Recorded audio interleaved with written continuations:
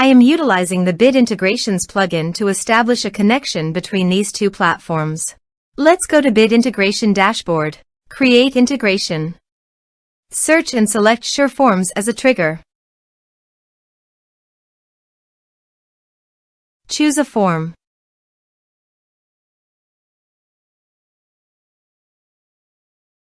Next. Now here, search and select Smaily.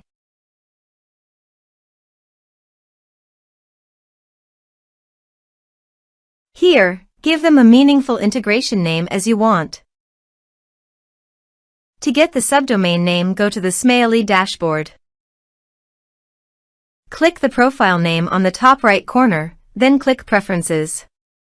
Now copy the subdomain name.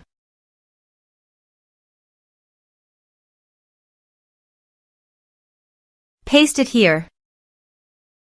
To get API username and password, click on Smaily API token. Click on Create a new user. Now copy the username. Paste it here. Now copy the user password.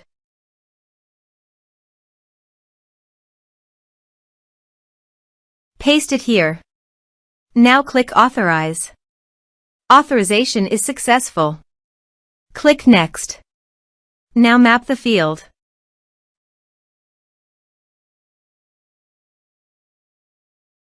Here are several advanced features available for you to utilize according to your specific requirements. Here is the conditional logic. You can use it if you want. If the condition matches, then the data you will send to Smaily.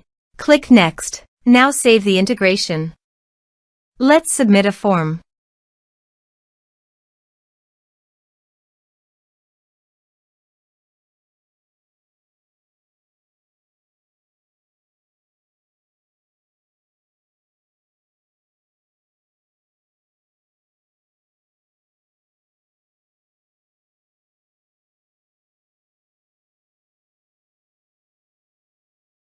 Submit the form.